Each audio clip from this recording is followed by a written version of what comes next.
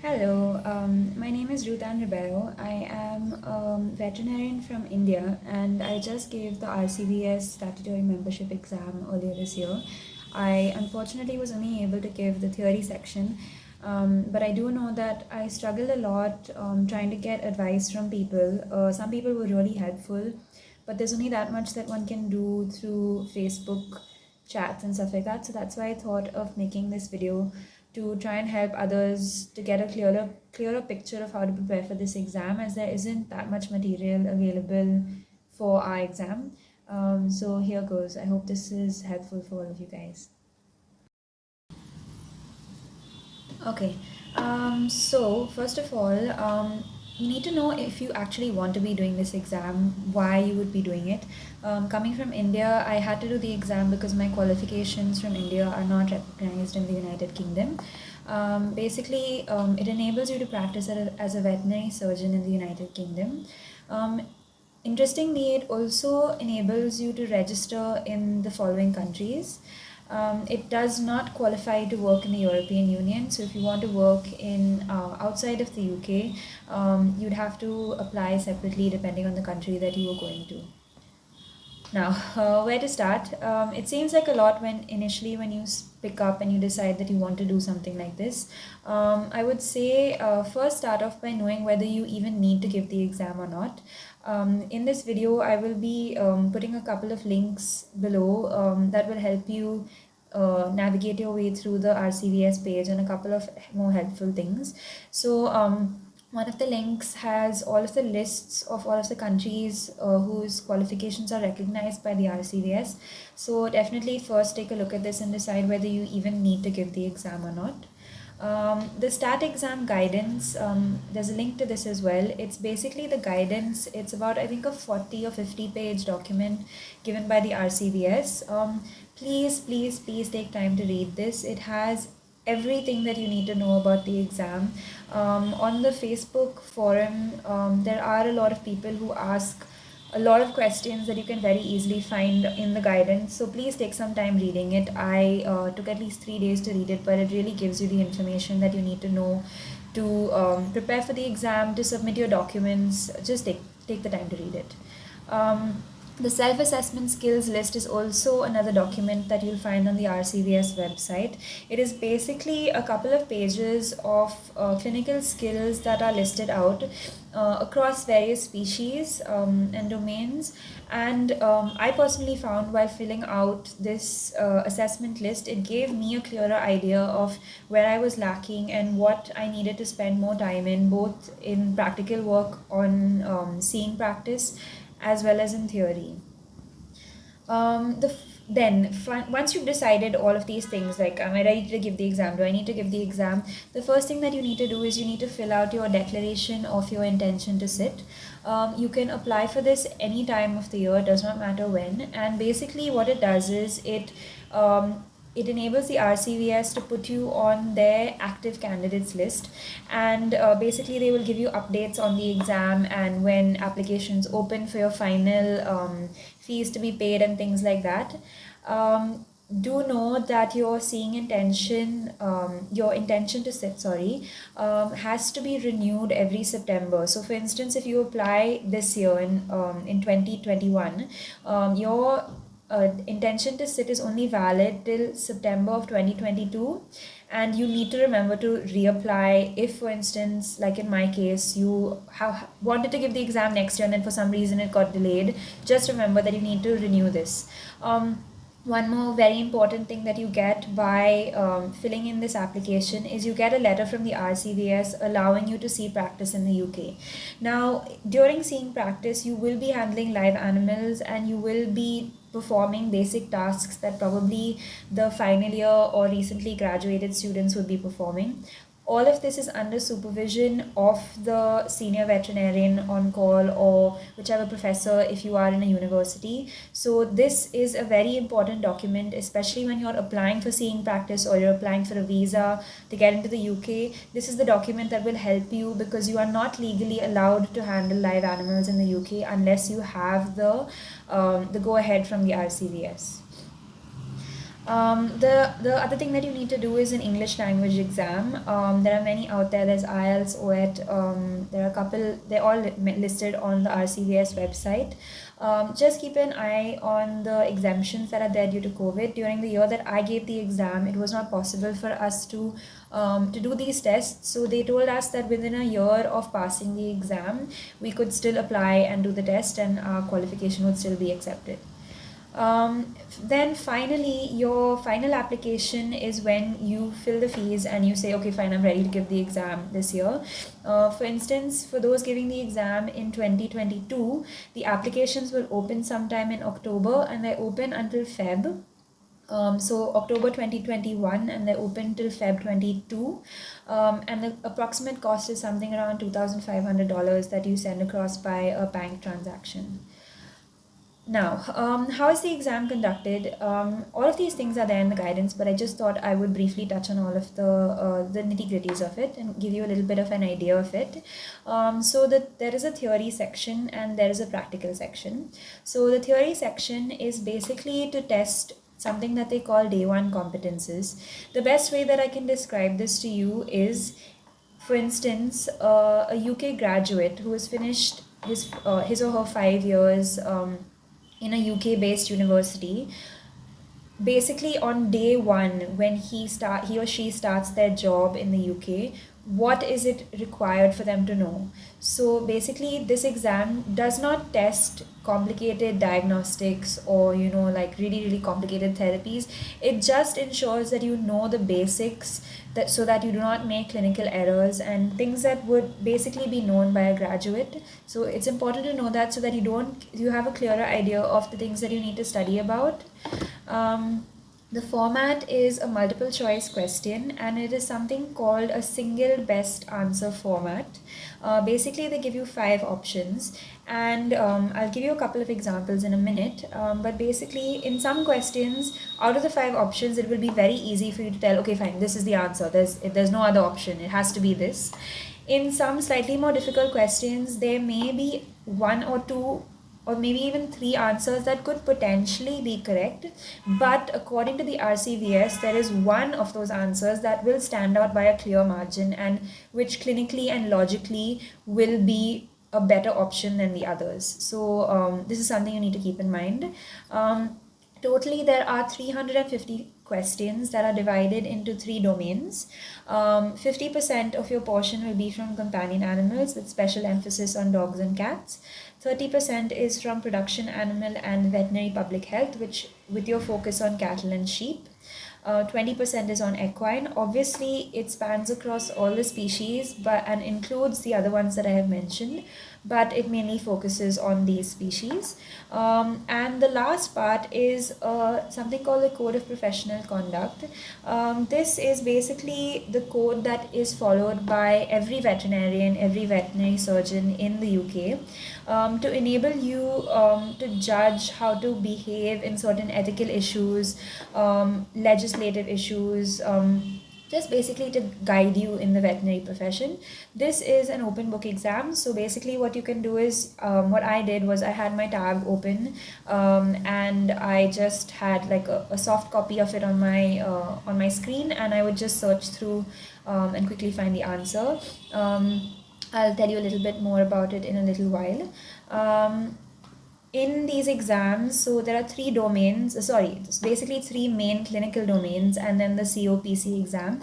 You have to pass individually in each one of them to qualify for the practical, which is the next step.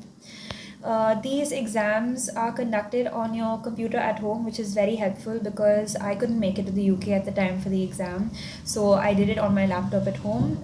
There is a software known as Examsoft that they use. And basically they use remote invigilation. So they will be using your microphone and your webcam on your computer to make sure that you aren't copying, and various things like Wi-Fi barring, etc. But it's nice because you can do it at home where you're comfortable. The exam happens somewhere around end of April to early May, and it happens across 5 consecutive days, so Monday to Friday. So Monday, Tuesday will be companion animal. I don't know. This is what happened with us in our year. Monday, Tuesday was companion animal. Wednesday, Thursday was large animal. That was a mix of equine and farm animal, and the last day was the Code of Professional Conduct open book exam. So I was going to tell you about some of the examples of the questions that they could possibly ask you. For instance, this: you have a 4-month-old puppy with weight loss and chronic diarrhea. On examination of its feces, you see motile pyriform trophozoites. Which of the following is the most appropriate therapy? Now, I've given you examples of small animal things because I'm primarily a small animal practitioner. But motile pyriform trophozoites are basically Giardia. And if you know your stuff, you should know out of these options, basically metronidazole is the first line of treatment for Giardia. As you can see in the question, I have highlighted, or rather put in bold, the key points. So the signalment of the animal, the age, the sex, the breed, all of these things are something you have to look out for. And then the key clinical features and diagnostics that you find. On ExamSoft, there is an option to highlight things, and I found that very helpful because you need to work through your questions really quickly. So you need to read a whole paragraph and be able to skim through and figure out what your important information is. Now, so this was an example of a very straightforward question. There's only one possible answer if you know your stuff. This next question is a little more thinking, and this is a key example of the single best answer format. So you have an 11-year-old male neuter Doberman presents with panting and lethargy. On physical exam, his mucous membranes are extremely pale and sticky, and on abdominal palpation, you detect a fluid thrill. What is your first step? Now, one thing I want to point out is a lot of people while reading the question will read all of the medical information and sometimes will forget to read what the actual question is. So the question is, what is your first step? What is the first thing that you will do? It's important to read the question properly because it's really a shame to lose out on marks just because you didn't understand what the question was asking you. I'm just going to show you all of the options. So there are 5 options. Now, so when you see an 11-year-old, you're thinking older dog, possibly neoplasia, fluid thrill. The first thing that comes into my head is possibly a hemangiosarcoma on the spleen that has ruptured and given the dog hemoabdomen. The dog is in hypovolemic shock, so that's why it is panting and lethargic. Its mucous membranes are pale and sticky. Now, this is the first thing that I would think of. That does not mean that that is the only answer. There are the possibilities. I mean, if you have fluid thrill in an animal, there could be ascites, there could be a uroabdomen, there could be a gallbladder rupture. It isn't necessarily a hemoabdomen. That's the first thing that you need to understand. So yes, so the first option, transfuse blood. If it was hemoabdomen, yes, the dog would probably need a transfusion, but I don't think that's the first thing that you would do because, like I said, you do not know that the dog even has a hemoabdomen. So you can't just start transfusing a dog. You could give them volume overload. Shock dose of crystalloids, to me, is the one answer that stands out by a clear margin. The reason for this is that if you have a dog that has very clearly come to you in shock, in hypovolemic shock, before you do any diagnostics or before you carry out any actual treatment, you need to stabilize the animal. You need to bring back their intravascular perfusion. So you need to start them off on a shock dose of crystalloids. An ultrasound, yes, you would definitely do an ultrasound, but to me, that's not the first thing that I would do because in the process of doing an ultrasound, your animal could collapse and die. You may find out what was there. An ultrasound may not necessarily tell you what the fluid is. It may confirm that the dog has fluid. It may tell you that the fluid is anechoic or hypoechoic and give you a clearer idea of whether it is ascites, or maybe you'd be able to tell if it was hemoabdomen, if it was a slightly more hypoechoic fluid, but it will not it will not help you with knowing what you have to do in terms of further treatment plans. And more importantly, your dog is in shock. It could die during an ultrasound. Complete blood count and biochemistry. Yes, this is also something that you have to do, but again, not necessarily the first thing that you would do. Obviously, while you are putting in the shock dose of crystalloids, you can draw blood before you start hydrating the animal, but it's not the first thing that you would do. You need to stabilize the animal first. That's the most important thing. Abdominocentesis. Now, some people would argue that this may be the first thing that you do. I don't really know. Because obviously, if you do, now I'm not asking you to do a complete abdominal tap where you're completely draining out the fluid from the abdomen, but at least a diagnostic abdominal tap to know, is it blood, what is the specific gravity and the total solids in the fluid, to give you a clearer idea of what the fluid is.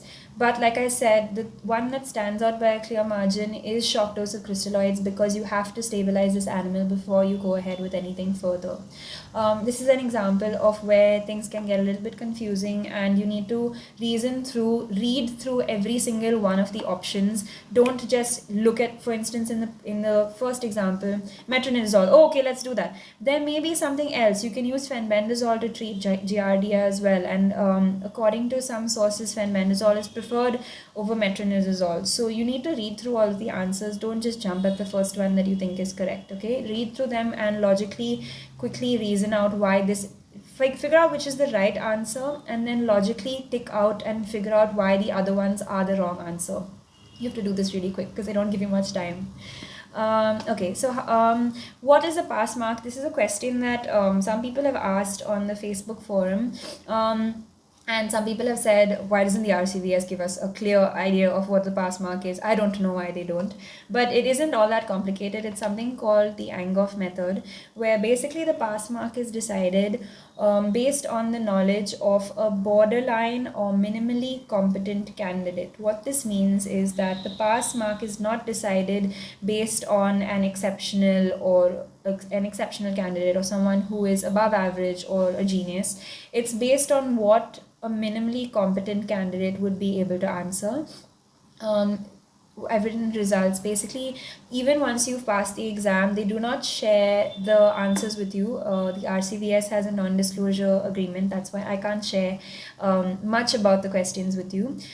They don't share the answers with you, and they do not exactly tell you what the pass mark is. So they won't tell you, okay, the pass mark was 50% and you got 57 or you got 60%. Basically, what they will share with you is they will say, in companion animal, you went above the pass mark by 10%. In equine, you got 5% more than the pass mark, but they don't share with you what exactly the pass mark was.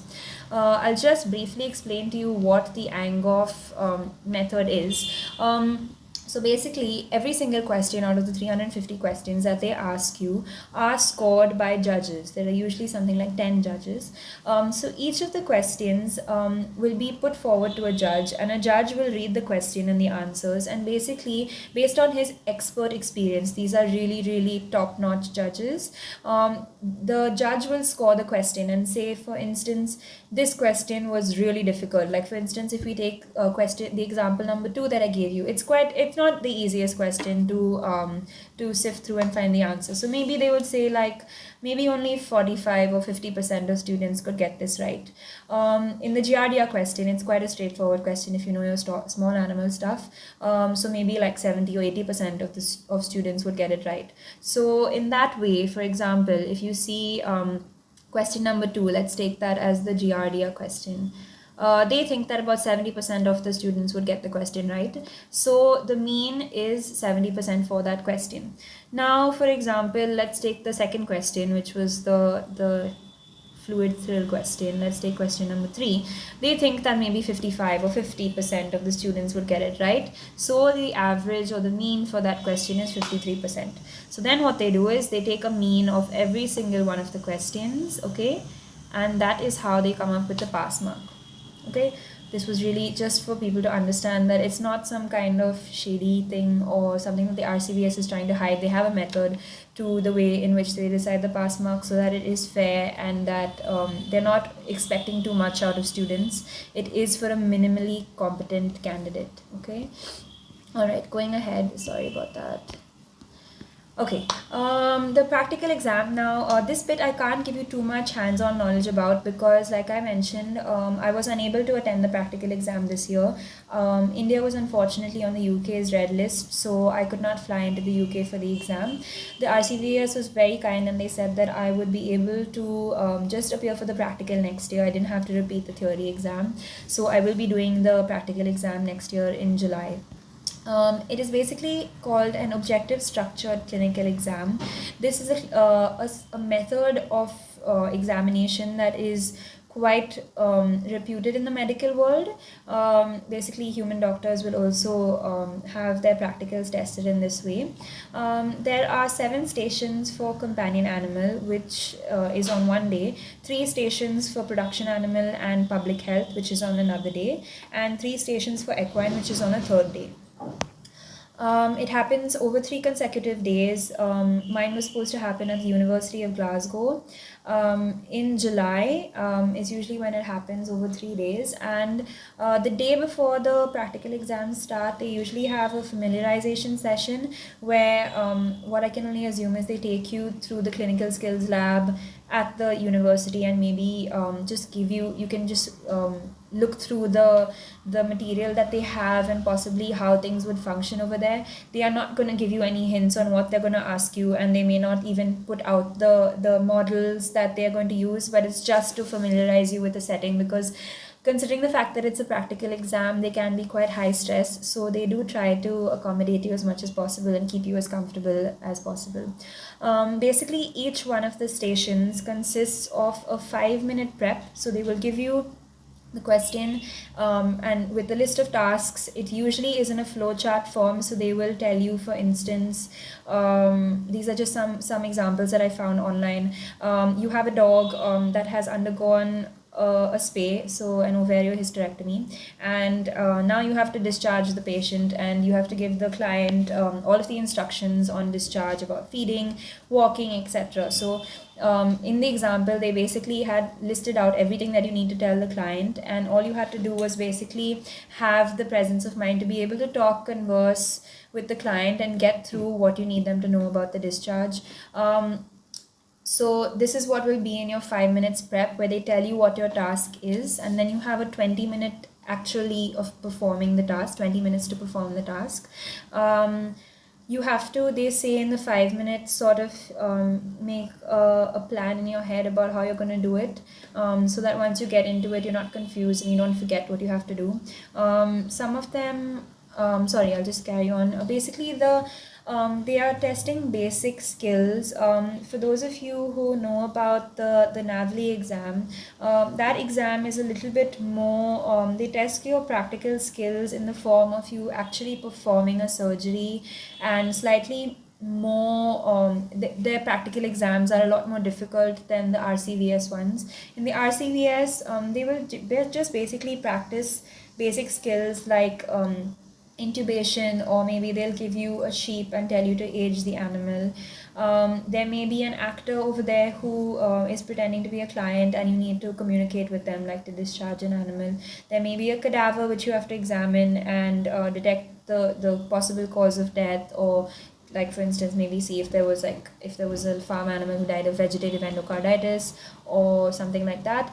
Or there may be a live animal which you have to do, like, say for instance, a dog comes in and the complaint is that it has lateral nystagmus or something like that, and you have to do a neurological exam, or the dog is limping and you have to do an orthopedic exam. So things like that, which I think are a little more basic than the NAVLE practicals.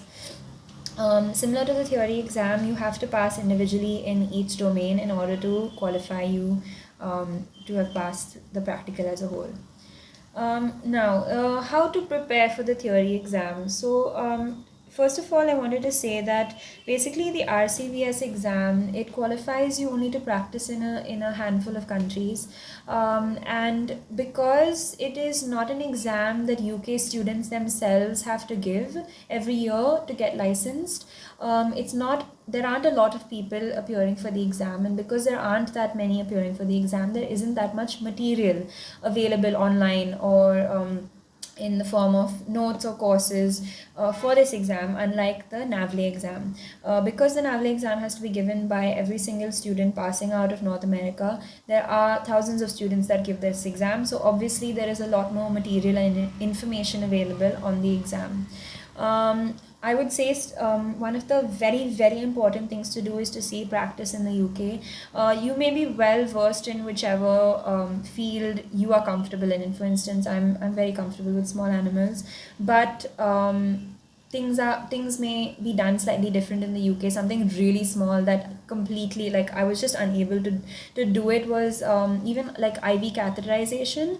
It's just the catheters that they use in the UK are so different from the ones that we use in India, and it becomes sort of like a mechanical thing that you're used to doing. So initially, when I was seeing practice over there, I struggled a little bit with with even just putting an IV catheter in. So something as small as that is something that can, open your eyes to things that you need to be able to do over there.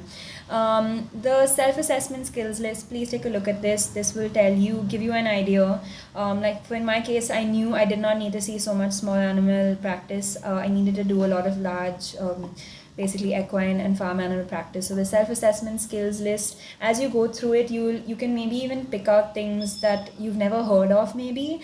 And while you are on seeing practice, you can maybe ask the clinician, can you show me how to do this? Or I've never heard of it, can you explain to me how one does this? There are the options of seeing practice either in a university or privately. I would say it's a good idea to do a little bit of both.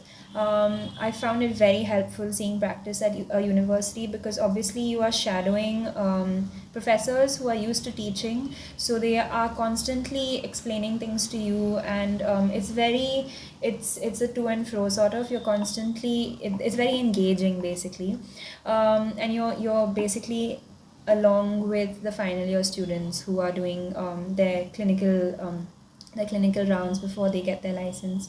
It would be also nice if you could do a little bit of private practice, because over there, maybe because there aren't that many students over there, you'll get one-on-one with the clinician who's in charge of you, and maybe you get a little more experience in actually doing stuff practically. When to do it?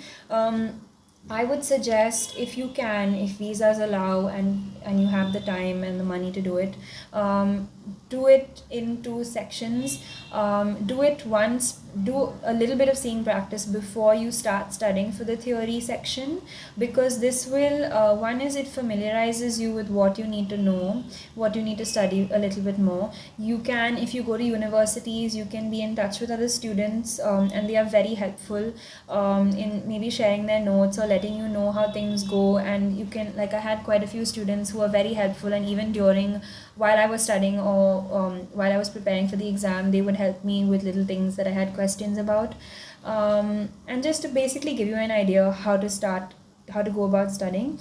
And then possibly see practice before the practical exam, because that's when you really need to be doing things. You need to be doing, not just theoretically going through your head. So you need to be able to master, like, the mechanical skills to do certain tasks. What material to use now? It's really difficult to tell you where to study from, because, like I said, there isn't much out there. And basically, being a veterinarian, even if you had to study just one species, the list is endless. You could study for your entire life and still not know everything. But we have to study multiple species and have to know a little bit, at least a little bit more about some species and a little bit about others. The key thing that I found when I was studying was, you don't really need to delve into a topic very, very deeply. You just need to be able to pick out those very key factors. Like, for instance, in the hemangiosarcoma example, an older dog with a hemoabdomen in hypovolemic shock. Hemangiosarcomas are something that very commonly happen in especially older large breed dogs. So just things like that, just being able to let your mind click onto a particular clinical scenario. There is a reading list in the guidance, the SAT exam guidance that's given by the RCVS. So take a look at that. The Merck Veterinary Manual was something that I was constantly referring to because it is a worldwide accepted standard in veterinary practice. Obviously, Google when I didn't have resources for anything else. NADIS is a very good UK website for production animal. I would definitely suggest taking a look at it. The last thing, Vetport or Zuku. Now, these are apps that have been designed for the NAVLE exam to help students prepare for the NAVLE exam, help them basically ingest the vast amount of information that you have to know for these exams. Some people have managed to pass the RCVS exam without it, or maybe without getting a paid subscription. Both of these apps have a really nice it's like a question of the day thing. You either get it in your email or it comes onto their Facebook page, and it's really really helpful. So some students have said that they've managed without getting a paid subscription, and they just do the question of the day and self-study.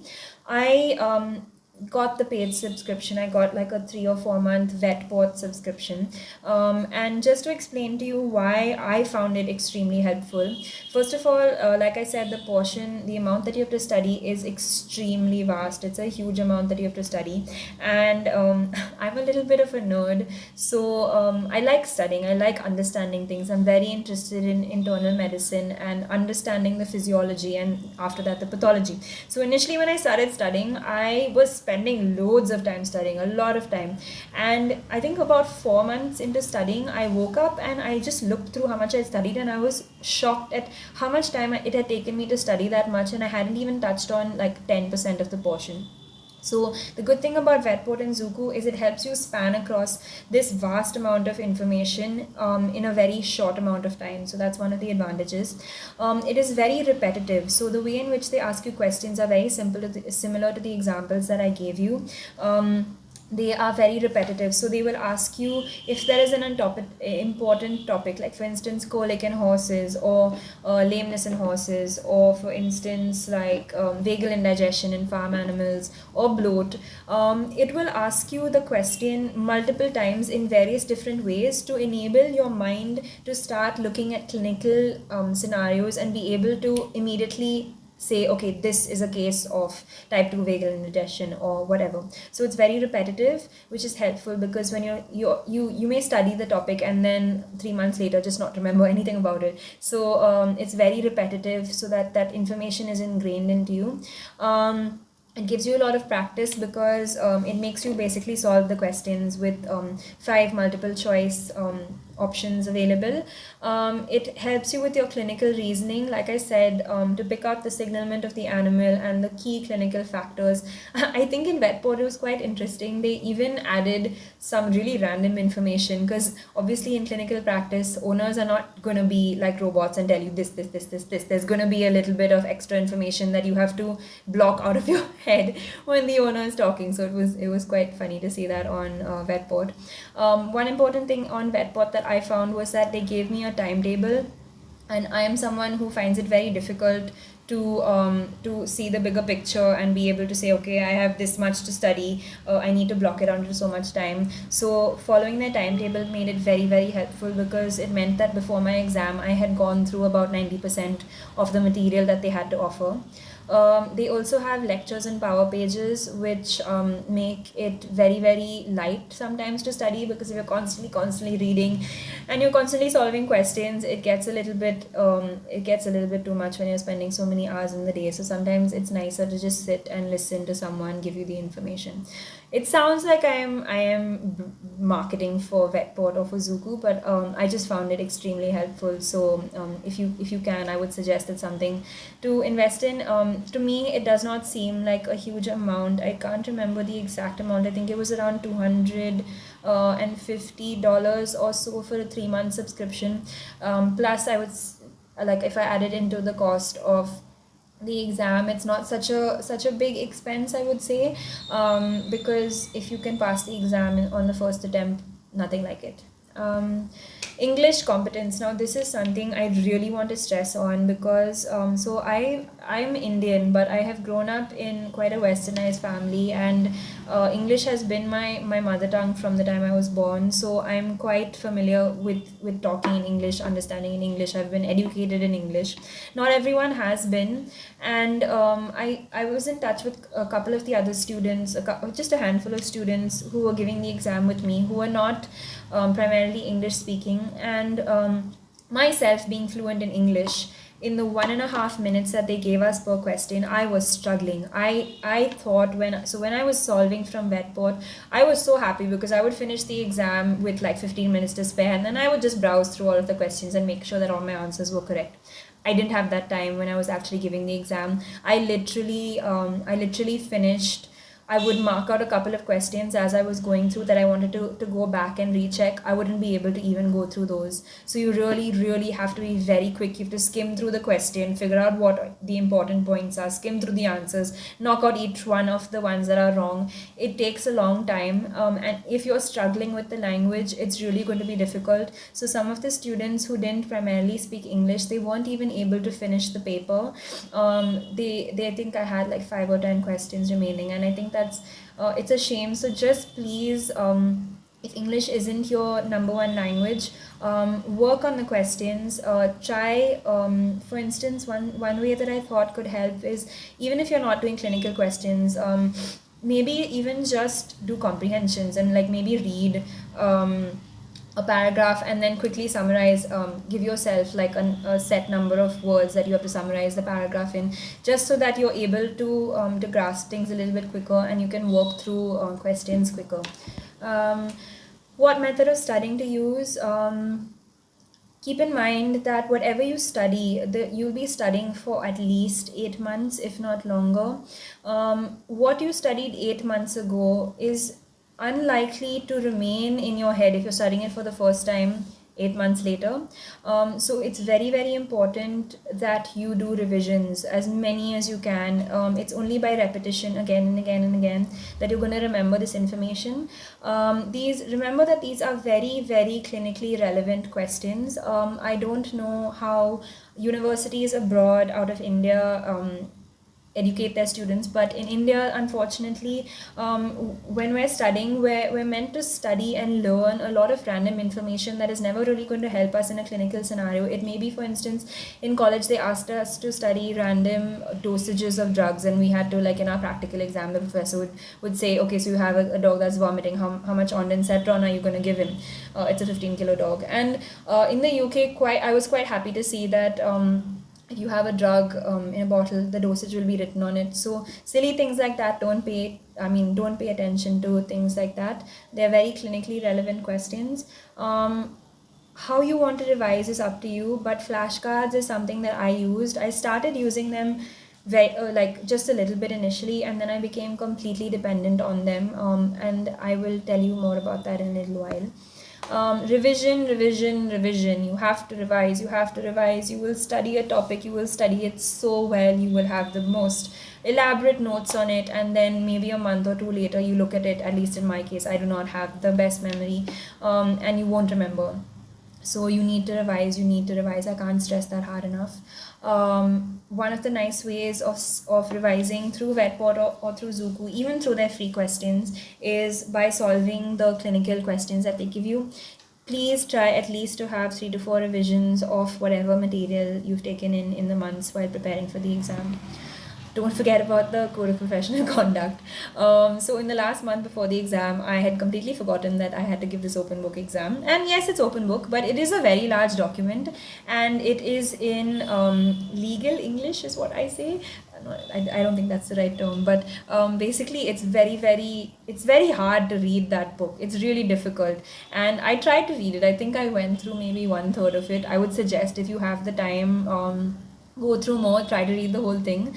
But in the end, one thing that helped me was, instead of trying to read through the whole thing, what I did was I just marked out in my soft copy of it on my tab, the headings and the headings of each of the sections in the COPC, and just basically quickly skim through to understand what was under each section, so that I think you get something like 2 minutes or a little more than 2 minutes per question for the COPC exam.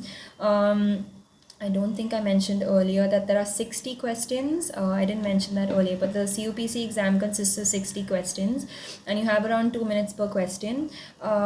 So it seems like a lot of time, but when you're searching for information, even if you have the the search option available, it can take some time. So just familiarize yourself with the COPC. Once you have completed your final application and paid the fees for the exam and your application has been accepted, which I would say is best to do as soon as applications open in October, the RCVS will give you access to 100 clinical questions and 10 COPC questions as examples. The reason why I say to submit your application well in advance is because after looking at these questions, you will get a much better idea of how to study for the exam and what this exam entails. Vetport and Zuku are apps that are designed for the US exam, and US I mean by the US I mean North America, sorry. And I was doing the RCVS exam, and I had a couple of friends who were doing NAVLE alongside. By and large, we were all studying the same material, and the questions were framed in the exact same way. So I would definitely say that it is very, very similar to the NAVLE exam. But the sample questions will confirm and show you exactly what they're going to ask and how they're going to ask it, and what the result is. They do not they do give you the answers to the questions once you have completed the form, completed your exam or whatever, to these sample questions, and then you can logically reason out why they could have possibly chosen that as the correct answer. I did have one or two answer questions that I didn't completely agree with, and I couldn't figure out why they had decided that answer. But yeah, it'll give you an idea of what you're up against. Additionally to this, they give you access to ExamSoft, which is the software that you're going to be using to do the exam itself, and it just gives you it helps you to familiarize yourself with the software, so you know how things work, the highlighting feature and the calculator and other things like that. Now, my journey, just to tell you what I did and what worked for me. I did a lot of singing practice. So I went in November 2019, and I did 1 month of companion animal in private clinics. And then in Feb 2020, I did 1 month in production animal and 1 month in equine at the University of Edinburgh. What I would like to tell you and warn people who are studying for the exam. So I quit my job in November 2019, and I thought that November 2019 to April 2020 was enough time for me to study and see practice. I was sorely mistaken, because by Feb 2020, I realized that there was no way I was going to be able to cover that much in such a short time. So that's why I took a call and I dropped a year and I gave the exam in 2021. Unfortunately, last year COVID also happened, and I got stuck in the UK and things were delayed. But basically, I actually started studying for the theory exam. I finally, like I said, gave it in 2021. I started in August of 2020. I used to study about 2 to 3 hours. The way in which I used to study when I was in vet college was always by writing, just in point form, in the form of a flow chart for me to remember everything. And so I started like that. I started filling out notebooks with all of my notes, things that I was studying. And I suddenly woke up in October, and like I said, I looked through what I had studied and realized that I had not covered a lot of anything. I had barely touched on 10% of the syllabus, and it was ridiculous. I really got a shock when that happened. So I started studying more. I spent more hours. This is when I started using handheld flashcards on pieces of paper, and I upped my studying to like 4 to 5 hours a day. It was somewhere along this time that one of my friends who was giving the NAVLE exam told me, and she had told me a couple of times, Rutan, you can't keep studying the way that you are. You're never going to finish everything that you have to. And she gave me access to, I think her Zuku subscription was still available, and she gave me access to it. And that's when I sort of realized that I needed to change the way I was studying, and I couldn't keep writing these massive amount of notes. So in January of 2021, now this is like 5 months before the exam start, I was due to give the exam. I got a subscription to Vetport, and I had that subscription till May. I basically Vetport has either a 3 month or a 6 month timetable that helps you span through all of the information that they have, and it is a lot of information that they have. They have something like 5,000 questions that you can go through, and like a huge number of lectures and power pages. So I had the 3 month subscription and I had no other choice, and it drove me mad trying to go through it. So for those of you who are using Vetport, I would suggest get it well in advance and you get a 6 months subscription, because you'll be able to cover their material in a little less stressful manner, because I was going mad in the first, especially in the first month when I was doing vet prep. This keep in mind that vet prep is designed for the US. Keep saying US, for the NAVLE exam. So quite often I would initially it was quite often I would cross reference on Google. I even changed my search options on Google to the UK. So I would cross reference UK conditions, very most importantly in production animal, because the seasons are different. So the diseases and the metabolic conditions that they get may be slightly different. Some may be more important than others. For example, in the Vetport material, heartworm is something in small animals that they ask you a lot of questions on, and I wasted a lot of time studying the ins and out of heartworm, only to find out that it's not something that is indigenous in the UK. So even if they ask you a question on it for the RCVS exam, it's going to be something very basic. It won't be in as much depth as for the NAVLE exam. So cross-reference stuff, if you are using NAVLE material. Flashcard timetable, basically I started studying, like I said, through handwritten notes, and eventually it reached a stage where I wasn't even making handwritten flashcards. I was just making digital flashcards, and that was all that I used to study. So my day would consist of going through X number of flashcards that I had already studied, and then studying new flashcards and doing the vet prep material. It took a lot of time, so I was studying around 7 to 10 hours in the day. In the last 1 month before the exam, I had finished, like I said, about 90% of the vet prep material. So I left the last 3 to 4 weeks just to revise my flashcards. So the information that I had studied was fresh in my head, and I made it a point to do one test exam. I forgot to mention on vet prep. They give you timed exams, so you can do like a 60-minute exam, and that helps you know where you stand in terms of how quickly you're solving the question. So I would do one exam per day, and it's also nice to see, because when I initially started doing the timed exams, I was getting something like 45 or 50%, and then closer to the exam it was just reassuring, because my percentage went up, so it was helpful in that way. The OSCE, like I said, I can't really give you any hands-on knowledge on it, because I still have to give the exam myself. I would be really, really appreciative if someone would also, who's given the exam, would maybe make a video or have a Zoom meeting explaining to us how best for us to prep and what sort of questions they ask. From those who have given me advice, the Bristol Clinical Skills booklets, which I will link down below, have just give you an idea of the stations that they may have for you and stuff that they may ask, but obviously you need to know beyond that.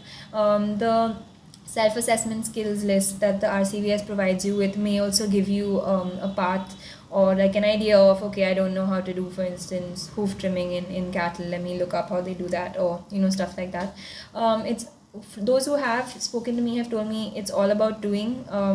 It's all about either explaining or taking a history from an owner, or actually performing a task. And like I said, it's helpful between the theory exam in April or May till the practical exam in July to maybe do a little bit of seeing practice, which would be helpful. I am going to share with you guys my flashcards.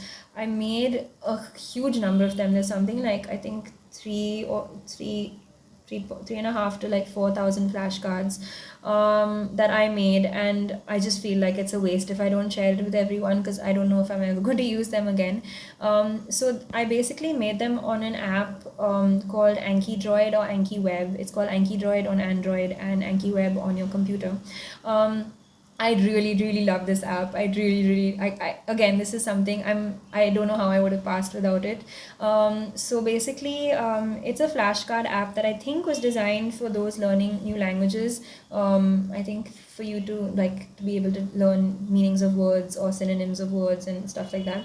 But basically, when I was studying and everything got a little bit much, and I was like, how am I going to remember this? I studied this stuff ages ago and I cannot remember this. I remember reading an article on how to study, and in that article, it said that if you have information in little bits, like if you have small bits of information given to you and you have to repeat it, that's the easiest way for your brain to form neural pathways to remember.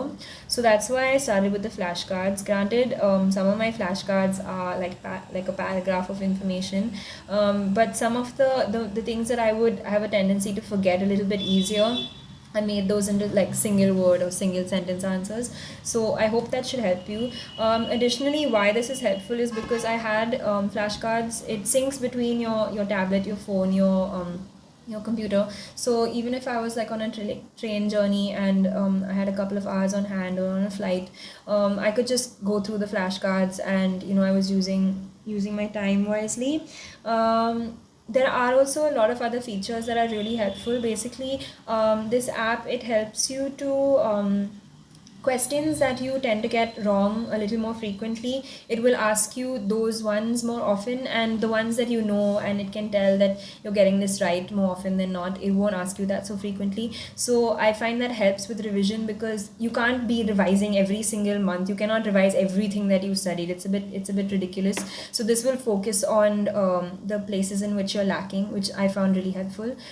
It has the option now, the material that I'm giving you, I don't know, you may find things that you think are not clinically relevant. So please go ahead and delete those flashcards. There is also an option of suspending flashcards. So if you don't want to necessarily delete the information, you can just suspend it, and then it won't keep coming up in your daily practice. If you find something wrong, I don't claim that all of the information in my flashcards is like everything is 100% correct. There may be a couple of mistakes here and there, so please feel free to edit it if you found like a better answer. I'm just giving this to everyone because I think it could help you all in some way. Obviously, you cannot study from the flashcards. You will have to study the material maybe from Merck or from an online resource or whatever notes you have from your college. But it maybe will help you with your revision and maybe give you a better way of revising and preparing for the exam. I will also share with you the timetable that I used for my flashcards. I just broke it up so that basically maybe 2 months before the exam, I ensured that I had revised everything that I had to revise over 2 weeks. So every 2 weeks, I was going through everything that I needed to know. And then closer to the exam, once I stopped doing the vet prep questions, then I would ensure that in 1 week, I would complete all of the flashcards that I needed to know, so that I was sure that whatever I had studied, I knew well. Because obviously there will be things that you haven't studied or you haven't read, that is not in your hands, and there's only that much time, so there's nothing you can do about that. But at least the things that you have studied, if you can remember them, that's obviously brilliant. I also made a couple of tables that I'll also be sharing with you. There were certain topics that just confused me. And for instance, poultry and swine are not things that you have to spend a lot of time on. So I just found it easier to put it in the form of tables for me to remember stuff. Toxicities as well. So I'm just gonna maybe make a link and share it with you guys. Okay, I think I'm done telling you everything I needed to. If you have any questions, please can you ask them on the Facebook group. If you haven't heard of it, search for it on Facebook. It's called the RCVS Stat Exam 2019 onwards. It was started by Elliot, and I think it's been really helpful because we've been able to help each other out on that group. So if you haven't joined it, ask to join it. And like I said, please ask your questions on that group, so that whatever questions are asked, whatever answers are given, are available to everyone on the group and everyone can go through it. Try, if you can, before you ask a question, to just go through the group itself if you're new to the group, because it is possible that someone has asked that question before you and there's already an answer to it. So yeah, go ahead and do that.